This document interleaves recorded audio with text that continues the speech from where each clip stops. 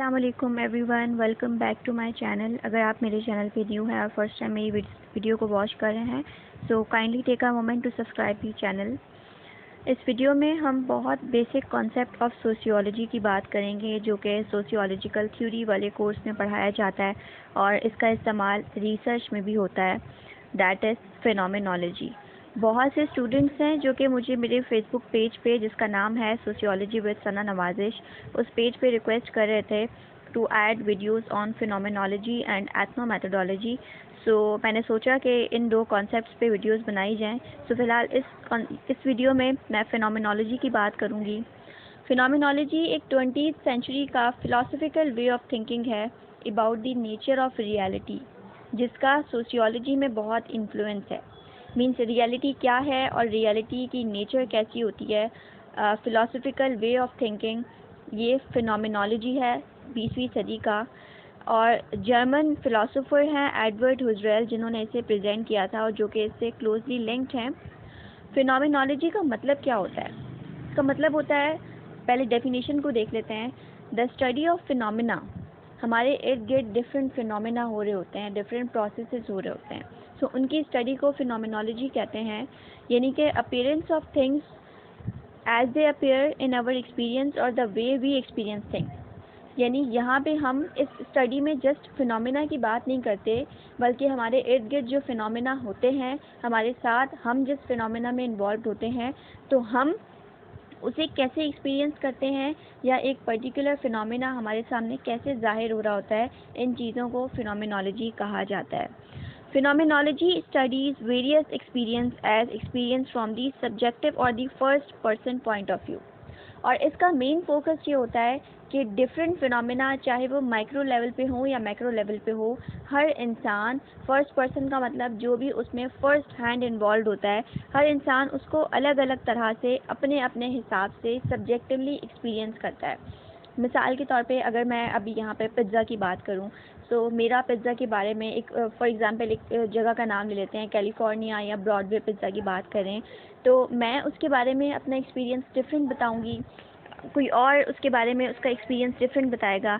ये आइडिया बिल्कुल वैसे ही है जैसे कि सिंबॉलिक इंटरेक्शनिज़म स्कूल ऑफ थॉट में बात की जा रही होती है। सिंबॉलिक इंटरेक्शनिज़म क्या है? एक पर्सपेक्टिव है जिसमें ये बताया जाता है कि सोसाइटी में डिफरेंट सिंबल्स होते हैं और उन सिंबल्स को मीनिंग दे के लोग एक दूसरे के साथ इंटरेक्ट कर रहे होते हैं, और ये meanings person to person, context to context, culture to culture, society to society vary कर रहे होते हैं। सो इसी तरह से हर चीज़ के बारे में हर इंसान का जो एक्सपीरियंस होता है वो डिफरेंट होता है। यानी कि अगर हम एक मीटिंग में बैठे हुए हैं मिसाल के तौर पे, और उस मीटिंग से निकलने के बाद जब सबके व्यू पॉइंट्स अगर लिए जाएंगे तो हर कोई अपने अपने हिसाब से बताएगा। अगर आप किसी शादी में गए हैं और वहाँ पे आपने डिनर किया है, तो वहाँ डिनर के हवाले से हर कोई अपने अपने पॉइंट ऑफ व्यूज़ देगा। अगर और इसको मज़ीद अगर बात करें, अगर आप मेरा चैनल देख रहे हैं, सो मेरी वीडियोस के हवाले से आप डिफरेंट पॉइंट्स देंगे। कोई कहेगा कि बहुत अच्छा एक्सप्लेन किया है, कोई कहेगा दैट इज़ एवरेज, कोई कहेगा कि हमें आपकी बात समझ नहीं आती, कोई कहेगा कि आपके कॉन्सेप्ट्स बहुत क्लियर हैं, कोई कहेगा कि आपके कॉन्सेप्ट्स क्लियर नहीं हैं, यू नीड टू इम्प्रूव। यानी कि लोग अपने अपने एक्सपीरियंसेस के मुताबिक चीज़ों को इंटरप्रीट कर रहे होते हैं। हर इंसान जो भी किसी चीज़ के बारे में राय रख रहा होता है, किसी फिनोमिना के बारे में राय रखता है, इवन छोटी से छोटी चीज़ के बारे में जो राय रखता है वो अपने एक्सपीरियंस के मुताबिक रखता है। यानी अगर हम एक छोटे से बर्गर की भी बात कर लेंगे, तो अगर आपसे बर्गर के बारे में एक्सपीरियंस लिया जाएगा तो आप अपने अपने डिफरेंट पॉइंट्स दे रहे होंगे। सो ये फिनोमेनोलॉजी होती है। फर्दर अगर इसके बारे में बात करें, so it argues that the only phenomena that we can be sure of is that we are conscious thinking beings, therefore we should study any phenomena around us in terms of the way we consciously experience them.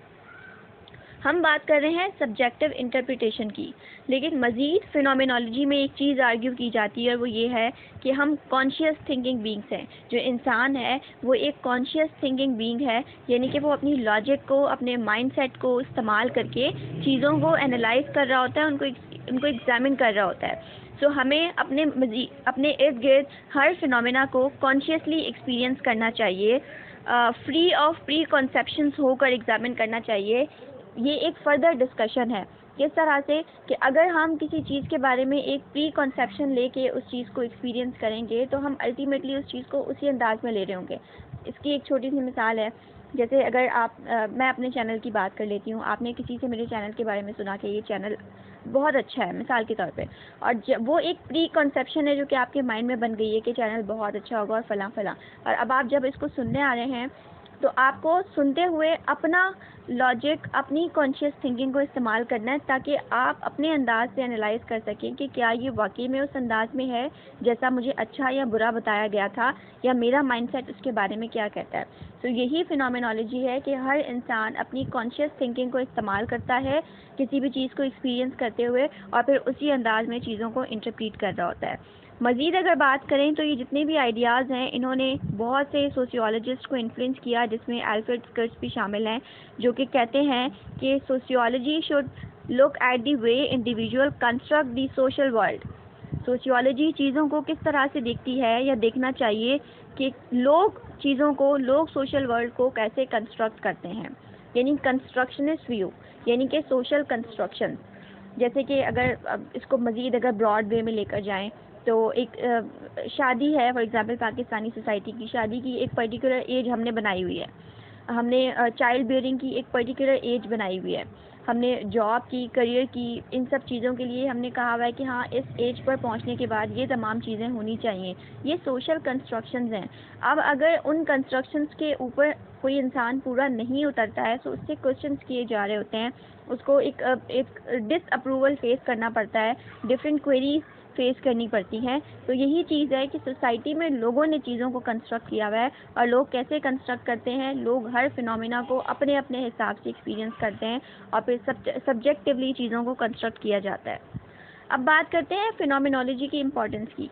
तो इसकी कोई ख़ास importance नहीं है sociology में, but हाँ इसका इस्तेमाल कहाँ कहाँ होता है। फ़र्स्ट ऑफ़ ऑल, जितने भी सोशियोलॉजिकल प्रॉब्लम्स हैं उन तमाम को थ्योराइज़ करने में फिनोमिनोलॉजी इस्तेमाल होती है। जैसे एक प्रॉब्लम है, फॉर एग्ज़ाम्पल मेंटल इलनेस की एक प्रॉब्लम है। इसके अलावा अगर हम और मज़ीद क्राइम की प्रॉब्लम्स की बात करें, हम फैमिली प्रॉब्लम्स की, हम वायलेंस की बात करें, तो उसमें अगर हम मज़ीद इन डेप्थ स्टडी करेंगे तो हम देखेंगे कुछ सोशल कंस्ट्रक्शंस हैं जिसकी वजह से कुछ प्रॉब्लम्स होते हैं। जैसे अगर हम एज इनइक्वालिटी की बात करें, एजिज़म की बात करें, डिस्क्रिमिनेशन बेस्ड ऑन एज या डिस्क्रिमिनेशन बेस्ड ऑन जेंडर की बात करें, तो हम देखते हैं कि बेसिकली यहाँ पे हम अगर डिसेबल्ड लोगों की बात करें, जो डिसेबल्ड लोग जो प्रॉब्लम्स फेस करते हैं, क्योंकि उन पे लेबल लगा दिया जाता है कि they are the non active participants of inactive participants of society. तो अब एक बात है कि जब सब्जेक्टिवली कंस्ट्रक्शंस हो जाती हैं तो डिफरेंट प्रॉब्लम्स अराइज होते हैं, लोगों को डिफरेंट किस्म की हिंड्रेंसेस, डिफरेंट किस्म की प्रेजुडाइज, स्टीरियोटाइप्स और डिफरेंट किस्म की डिस्क्रिमिनेशंस को फेस करना पड़ता है। तो यहाँ पे फिनोमिनोलॉजी इस्तेमाल होती है कि किस तरह से ये कंस्ट्रक्शंस लोग अपने अपने एक्सपीरियंस की बुनियाद पे कर रहे होते हैं। दूसरी चीज़ है, it enhance the adequacy of sociological research methods. Research methods basically दो तरह के होते हैं, क्वांटिटेटिव और क्वालिटेटिव। क्वांटिटेटिव में तो as we know that we deal with the numbers and the facts and figures, तो वहाँ पर तो नहीं, बट हाँ क्वालिटेटिव रिसर्च के अंदर, जैसे आप क्राइम के ऊपर कोई रिसर्च कर रहे हैं, आप सुसाइड पे कोई रिसर्च कर रहे हैं, सो इस किस्म की रिसर्चेस जिनमें क्वालिटेटिव टाइप ऑफ मेथड इस्तेमाल होता है, वहाँ पे भी फिनोमिनोलॉजी का इस्तेमाल होता है। सो मुझे उम्मीद है कि आपको ये वीडियो समझ में आ गई होगी, ये कॉन्सेप्ट समझ में आ गया होगा। मुझे दुआ में याद रखिएगा, और इंशाल्लाह in the upcoming video I will be uploading on ethnomethodology. Till then take care, thank you so much, have a good time.